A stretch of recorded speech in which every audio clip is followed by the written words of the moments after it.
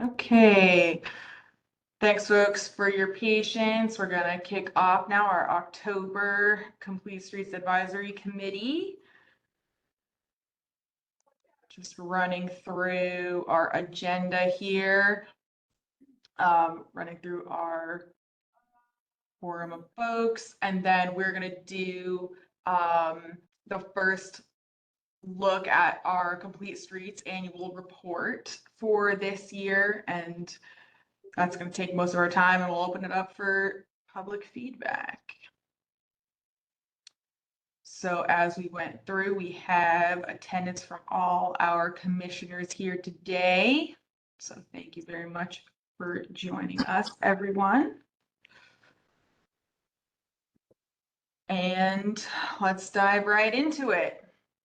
So per the legislation on Complete Streets, DOT submitted this report to the mayor, city council, and the advisory committee August 30th. And then today we will be doing some report highlights overview, just talking about some of the purpose of the report and findings. And then it will be posted online within 2 weeks on the Complete Streets website so that everyone can take a little deeper dive if they are interested. So the purpose of this report, this is the third annual Complete Streets report following the adoption of the Complete Streets Manual. And this report assesses the status of our transportation system, particularly through an equity lens. So it's assessments both of what was installed and where, using measures established in the Complete Streets Ordinance, as much as that data is available. So this report is the 2024 report, but it generally includes data from 2022 and 2023.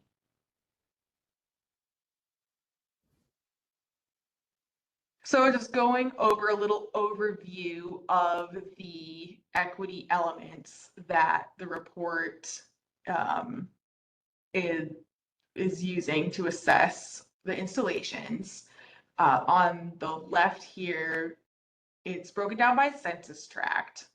And so one of the metrics is census tract and the percentage of people of color. So highlighted if that census tract overall for the city has an above average percentage people of color. And then similarly on the right, we have census tracts with, this one is judged by median income. So they're highlighted if the median income is below the average.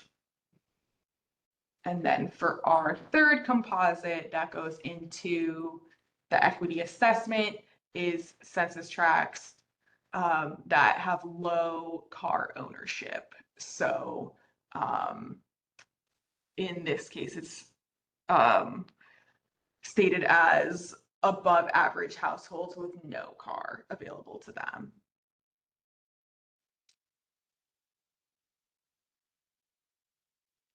And throughout the report, you'll see that these census tracts are used in comparing our project installations. So in general, going just as a little intro to the report, there's the performance measure that we're discussing.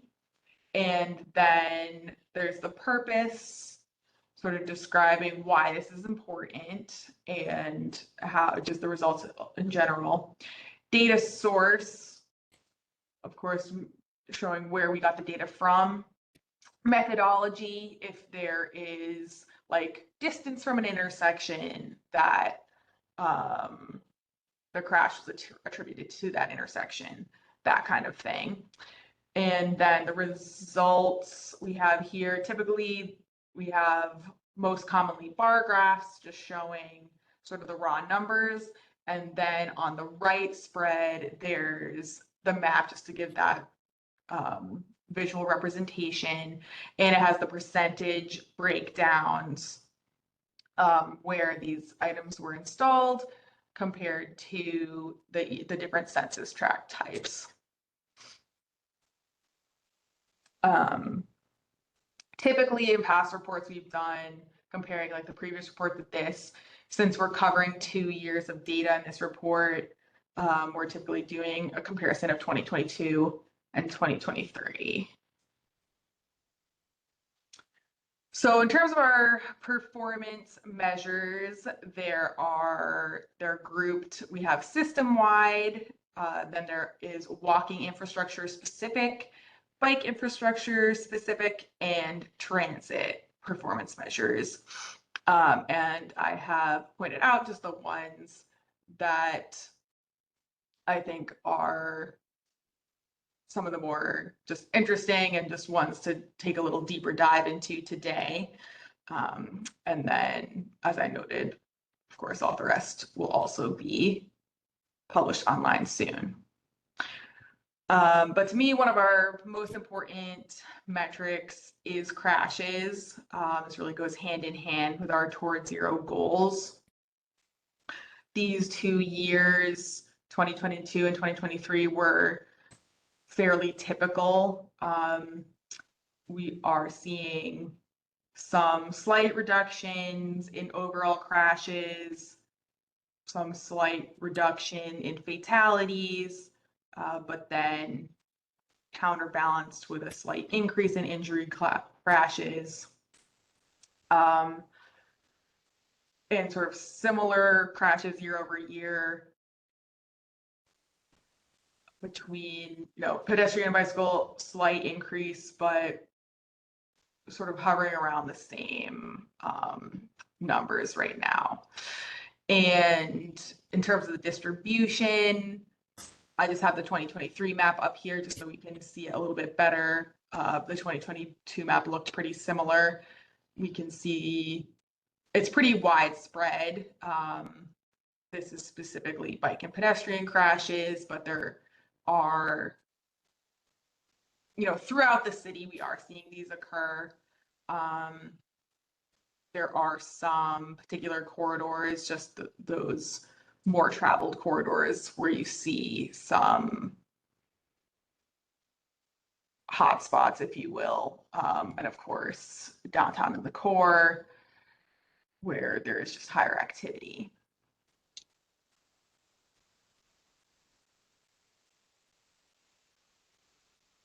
Then taking a look, DPW is a great partner to us in providing data for this report and just generally greening our streets. 2023, they made a big push for green stormwater infrastructure. These are primarily fire retention or like rain garden installations, or just introduction of pervious surface. So rather than that runoff heading right for the inner harbor, it's treatments like this one on Pratt Street, and this is Wyman Park Drive, I believe, where there's a little bit of curb. They are collecting rainwater and retaining it, and just reduces some flooding and also cleans that water before it's released into the stormwater drainage system. So these are relatively expensive treatments, but they're our best treatment for stormwater to really clean it. So just wanted to highlight the great work that DPW is doing in 2023, really expanding this program. And particularly also when we look at the equity metrics, they've also really been really intentional installing these in areas that meet those metrics. So very good. Then I thought here we'd take a look at speed hump installations, as they are so popular. This is another one we've really been ramping up our program. I pulled the data from some previous reports as well. So looking at 2020, a bit of an outlier year, but only 20 humps installed. 2021, 81. 2022, 113, and then 2023 with some sprints and just like really putting focus into the speed hump program, we're at 462 since there's such a popular request. It's our most common request for traffic calming and speed hump specific. Also, this is one for the equity metrics, also doing pretty well, not 100%, but like in 2023, we're looking at 81% in tracks with above average people of color population. Not doing lower in the average no car homeowner, but it is possible there's a correlation between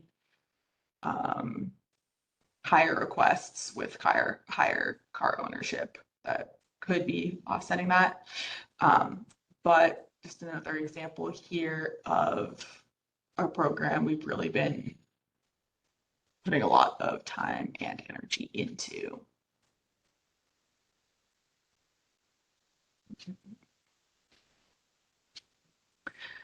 And here we're looking at street trees planted in 2022 and 2023.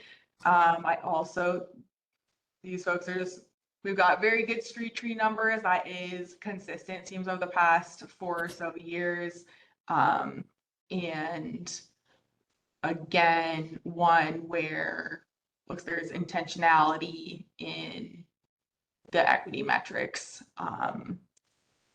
And looking at, so like 2023, particularly strong, 84% above average people of color and 60% in census tracts that had below the median income. And these, they really do some sort of targeted pockets, a good implementation strategy, but just really looking to combat that heat island effect and give just some better quality of life with that greenery. So what are good metrics here? Similarly, looking at sidewalk maintenance, we're also ramping up this program a bit in 2023 with locations, 462 locations with repairs done in 2023. Again, a lot of this is citywide, but then also clustered in some areas with, around high equity census tracts with higher need to really address those more neighborhoods that have like a more comprehensive sidewalk concern in that area. But spread throughout the city. And then taking a look at some of our bike facilities.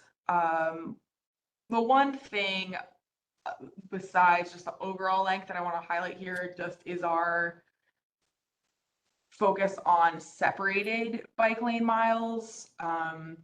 That's our highest category of installation, even if this mileage may not be as high as what we would like to be seeing. We are installing the safest form of bicycle lane with that full separation from vehicle traffic. And just showing that's really the department priority is focusing on that type of facility, which is typically, the most popular with riders. It's all ages and abilities. Just gives the most access to families or folks who aren't comfortable riding in mixed traffic, and just working on building out the separated bike network per the plan.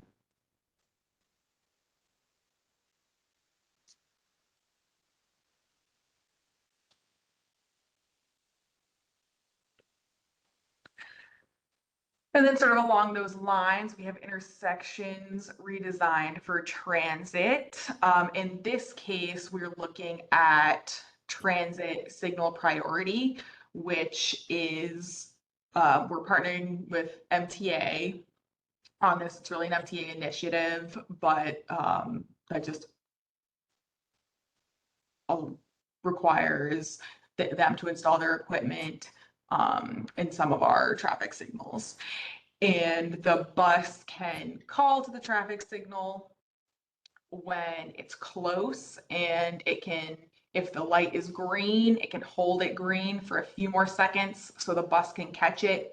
Or if the light is red, if it's close in the signal to when that green, it will just shave off a few seconds of red for the bus. So that way we're, using our modal hierarchy, prioritizing bus traffic, moving that vehicle through that has the highest number of riders compared to a single occupancy vehicle. And so our big initiative with transit signal priority was the North Ave Rising Corridor, which is why there was a really big push in 2022, about 36 intersections, and then just following up the cleanup in 2023, 3 additional intersections with TSP.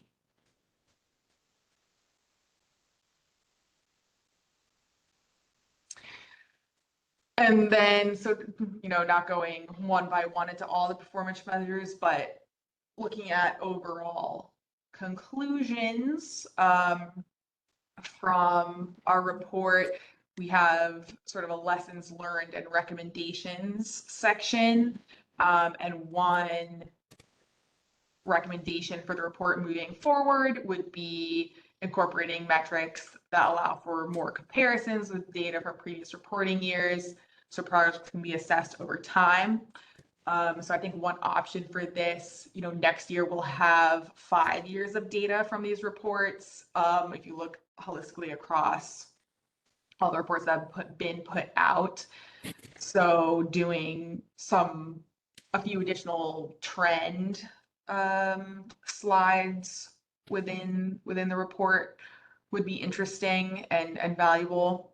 And then looking at some recommendations retained from our previous report, but that we were not able to implement this year, reporting on specific Complete Streets projects and their measurable impacts.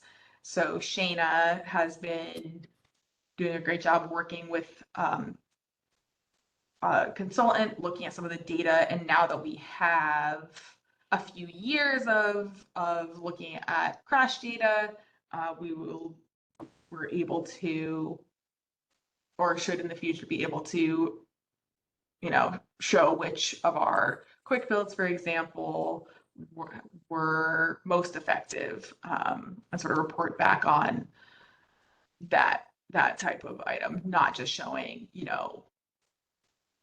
the numbers of installation, but showing effectiveness of installations, which I think would be like a really exciting thing to have as well. And then I'll just highlight from our conclusions, sort of like to do kind of an overview of like the focus of those years. And so one thing we've really been focusing on the past 2 years was increasing grant pursuits, and we have been successful, particularly on grants focused on safety and complete streets. And this will really allow us to, sort of get more projects on the street and also get out the word about like the goals of complete streets, the goals of Towards Zero, and how it can really, improve quality of life and safety for everyone in the city. And I would say I've highlighted here some of our marquee awards, which kudos to Shayna again, our Safe Streets for All action plan and demonstration grant, which our totals are awards over 10 million, which we'll be using that to create a roadmap for where we can best invest to eliminate traffic deaths and serious injuries, and then also rolling out more quick builds and really doing that analysis for which are the most effective, and using them to sort of teach folks about the different options we have in our toolkit, and just developing a Complete Streets communications campaign and just spreading the word about really the value of these projects. Let's see. And with that, as I said, we will be posting this likely beginning of next week. And, you know, we'll be joining our other Complete Streets reports on the website. And with that, we'll be opening it up to some public feedback. And let's see, I saw there were, go to the chat here.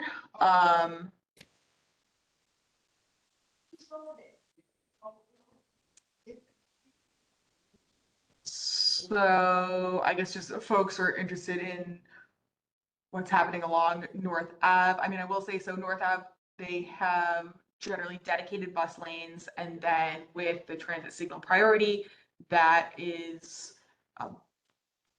you know, allows those bus lanes to be even more effective with the bus calling it. We don't have many bus specific signals, but since they have their own lane, it still allows them to get right to the light. And so they're not queue jumping the way some like a bus specific signal would allow them to do, but they already have their own dedicated lane.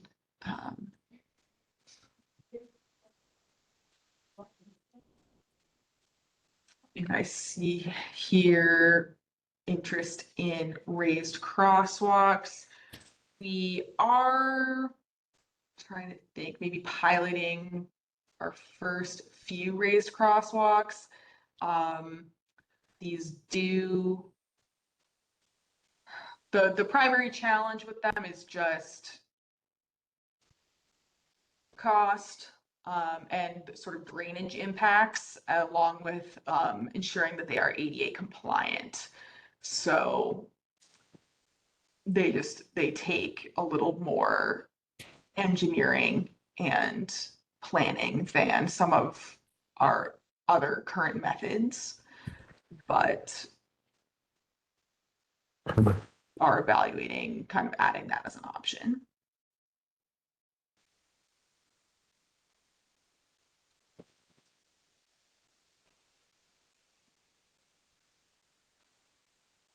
Okay, questions about Druid Park Lake Drive.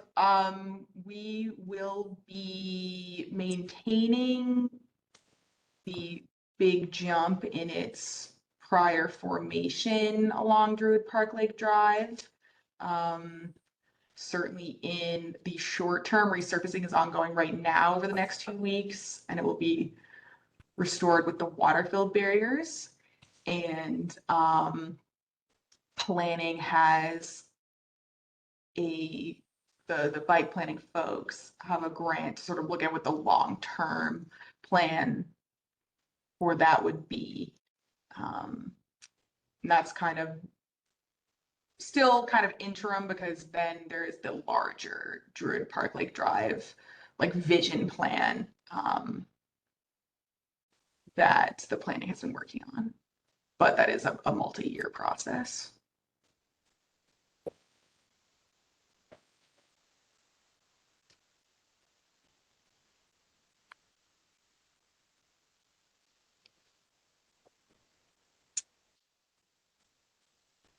And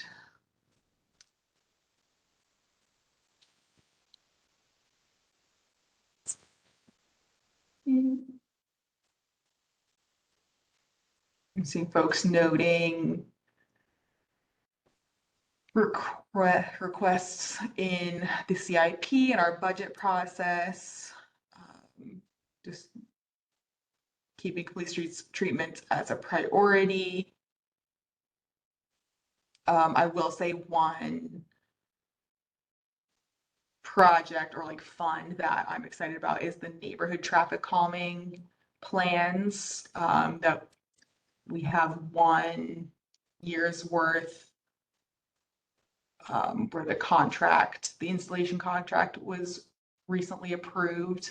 And then the next group is kicking off planning shortly. So I think that's like a really great program where it's targeting, neighborhoods of high equity need and doing a more holistic look at the traffic calming needed there.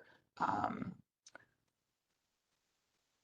just as a supplement to 311, where it's less, not just a one by one look, but like that more holistic look. Let's see, got some comment on taking a deeper look at our crash numbers and seeing if I guess just taking a look at if those interventions are working, particularly in the low income census tracts. Do we have outreach to our Spanish speaking community? I will speak with communications about that. We do have a translation available. And I would say that as part of the big Safe Streets for All outreach, that would be a component. I have to follow up on what to date, what bike specific, if there has been bike specific outreach. I can't speak to it. Probably in conjunction with the Greenway Trail Network. But just keeping that at forefront is a good idea. Thank you.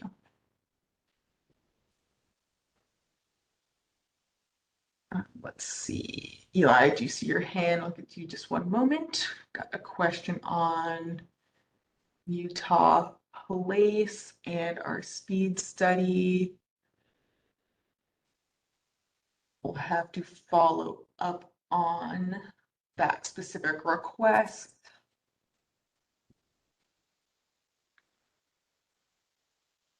And do the data to assess outcomes for the people of color and low income population in the designated census tracts and the broader city. Traveling outside. That's a good question. We have not currently, all our analysis has been based on the census tracts, but that is, I can speak to our data folks about that. And Eli, I see your hand is raised. Yep, thank you. And I think actually the most recent question from DFM in the chat sort of touches on my question as well, which is that certainly the last 2 years have seen a lot more complete streets elements being incorporated into repaving work. And also, my sense is a enhanced enforcement of complete streets requirements on for utility companies when they're working in the right of way in locations that have facilities. And so I'm wondering if you looked at that in whether or how the sort of analysis is looking at those kinds of policy changes in terms of like what's happening where, if you're disaggregating some of the stuff that's just dedicated traffic calming from the repaving from the sort of like, priority capital projects. That is a good question. It's not currently really being right tracked as such. We have the resurfacing, obviously, that, it's both in this report and it was previously online with just like what segments are resurfaced each year. But in terms of like safety treatments added or complete streets treatments added along with that resurfacing. It hasn't really been categorized in that way. But I would agree that we've sort of been more so operationalizing the complete streets reviews on all projects, resurfacing projects. Yeah, as you're saying, utility projects. And so those are actually upgrades, like if it's, BGE working and they are putting in now high visibility crosswalks. That's kind of bonus work in a way, like that's actually not tracked via this report because this report is currently more so like as you're saying, those sort of like targeted treatments. So that is an interesting question.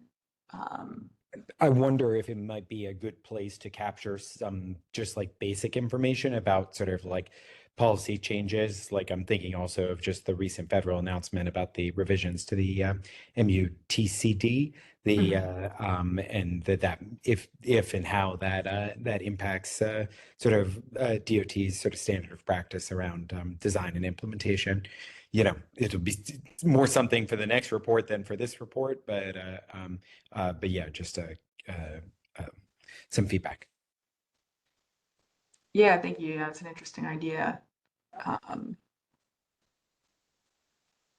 and I guess just going back to the chat, sort of related to that sort of question on lessons learned here to improve the manual.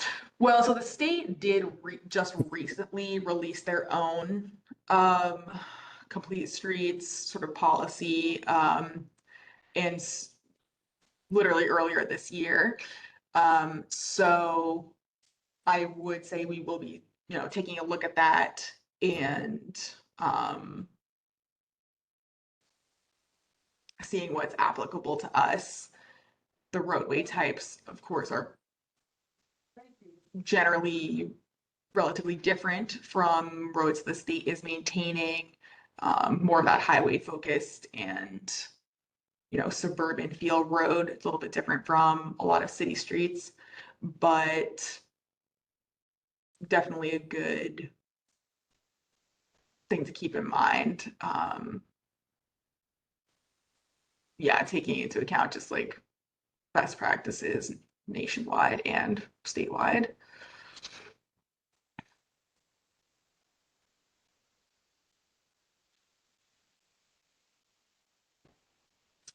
And yeah, I'd say a comment on bicyclist deaths, which has been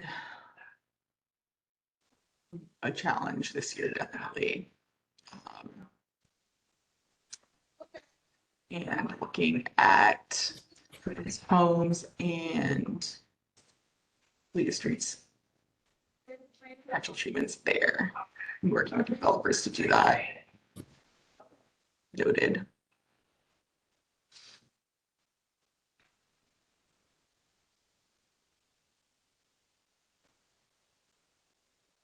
Yeah, and if there's any other,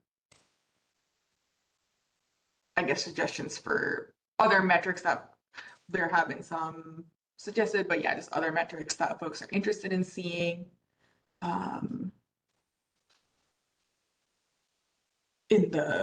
in future reports. Definitely open to those suggestions as well. Question on speed cameras along North Ave. I don't know exact locations. I am pretty sure there are some speed cameras along North Ave.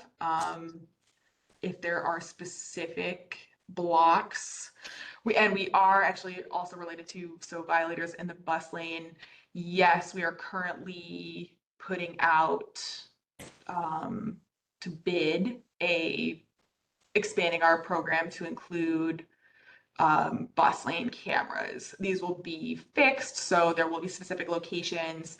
North Ave, we are looking at 2 locations on North Ave, which MTA provided to us as 2 of their like particularly highest violation areas. So we are, yes, we are moving forward with that to expand that program because we have seen, that bus lane violations is a safety concern.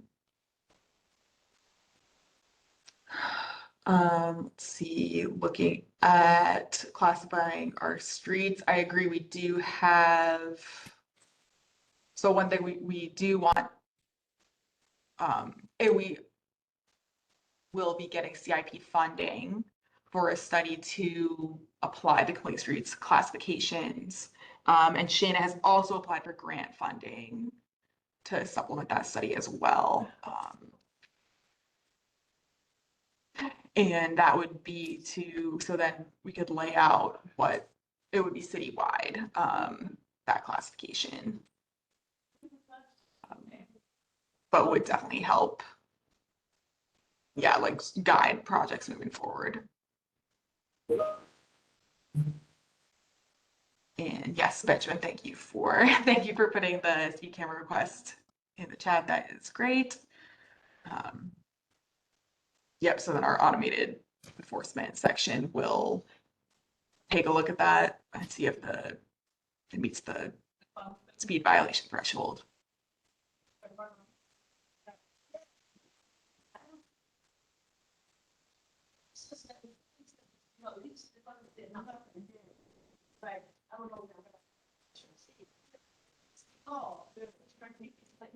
Okay. Give it just another minute here and then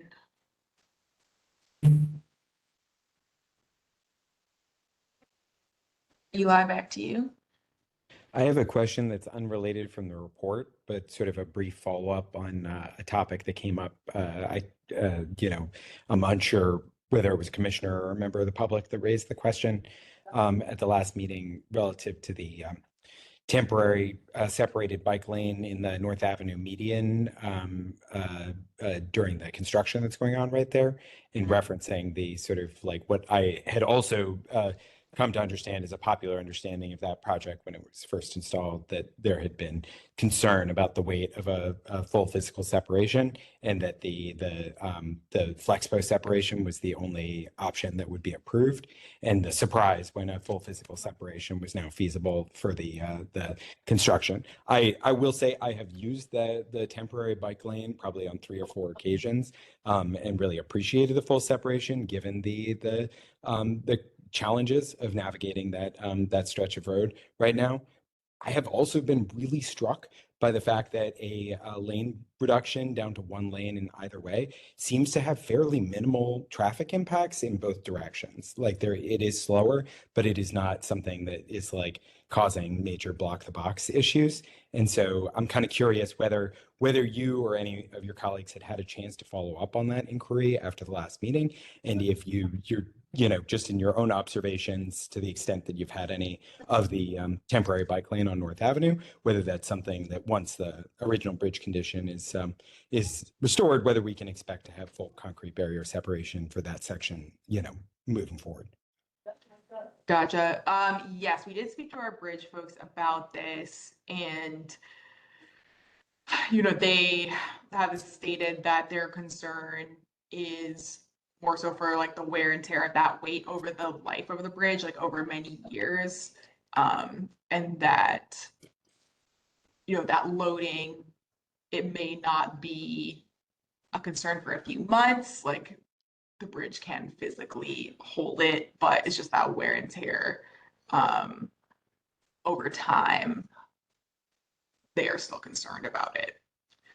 Have they cited any sort of like analysis or like technical research on that topic? I mean, I don't want to doubt the professional authority. It's just sort of striking to me that I'm not an engineer. I would love to know more about like how and why that would be a concern. Gotcha. Yeah, I don't want to speak for them, so we could, I'll follow up with them. I mean, in general, just like when that bridge was designed, it would not have been designed with that dead load in mind. But yeah, so it would take probably like another, I guess there could be the possibility of paying for another full structural analysis to like really see what it Yeah, I would guess I be. meant more from the, and I don't want to make everybody in the meeting sit through like the technical deep dive, but like I meant more from a broad standpoint of a standing load versus just because, you know, there's like trucks, the peaks of the load on that bridge, I think must be, you know, if you've got a couple of trucks going over, that's probably equivalent to or more than the constant weight of the concrete barriers. Maybe, but you know, I haven't done the math. I don't know.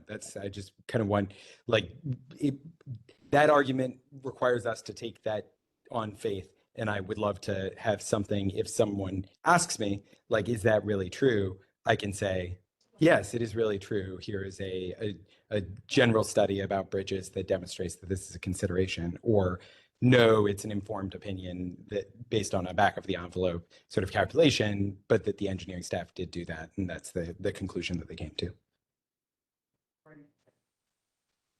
Gotcha. Yeah, I can inquire with our bridge folks about that. Yeah, I think the urgency that I think a couple of folks have brought up in the chat is that there's plenty of other opportunities like the Maryland Avenue cycle track and others where we have bike infrastructure on bridges where the lack of the glued flex posts to the bridge surface are such a perennial maintenance issue as to make those sections effectively unprotected. And so so yeah, it applies in other situations beyond North Avenue, which is the reason that I bring it up again. Yeah, no, I definitely appreciate that. We are looking into, we're just sort of doing a test on some different epoxy treatments right now. But it's true that an epoxy will never be as strong as So we'd still just be gluing down flex posts. We would not have like meaningful physical separation. Right, You know, right. but yeah, I don't want to belabor I'm not trying to take more than my share of time. So I'll leave it there. nope, appreciate the comments and suggestions.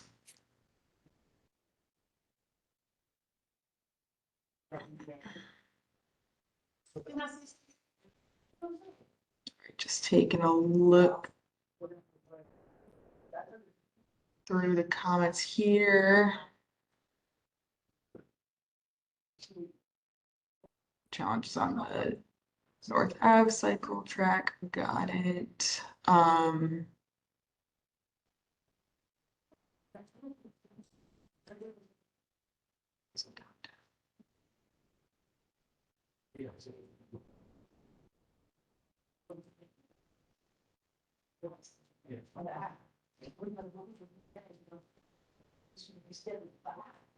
Sorry, Miguel, is this a comment? Is it on about Hartford Road? Bike lanes for the directional? Just want to make sure I'm understanding what stretch of bike lane on Utah Place. Okay, got you. Thank you. Thank you.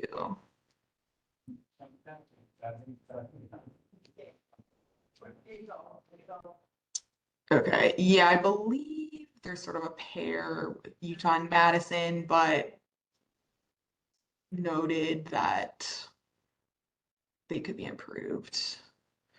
Yeah, they're doing some and then I'm seeing comments like doing some research on perhaps an in-between type of separation. Yeah, and then I mean another thing we would want to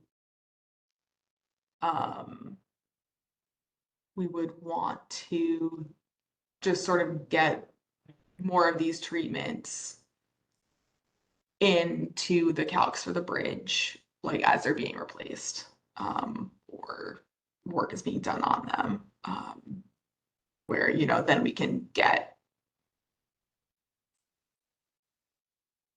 get all the dead load calculations right, as you know, at the beginning of the project.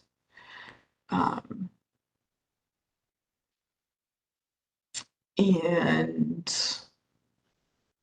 just for the general concerns, I can't speak to what the analysis was for sidewalk widening. There probably was an element of structural analysis also included, but we can bring that back and try to get some more information on that.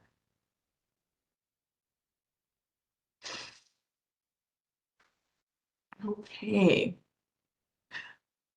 Well, as we're coming up to the top of the hour here, I'll just gonna put out some reminders that we will circulate meeting minutes to commissioners for review and then post them and along the Complete Streets website in the upcoming weeks, along with posting the annual report.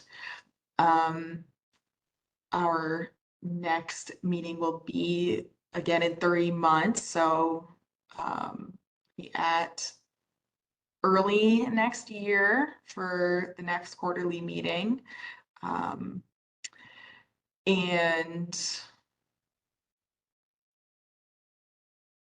with that, at this time, I would make a motion to adjourn.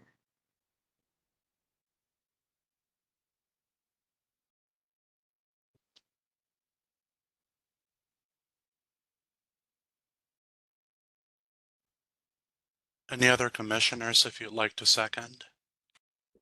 Second. Okay, great. Yep, just want to thank everyone again for attending, for bringing your questions and comments. So we can keep, expanding the program, making it better, and just looking forward to continuing to move it forward. So everyone have a great rest of your day.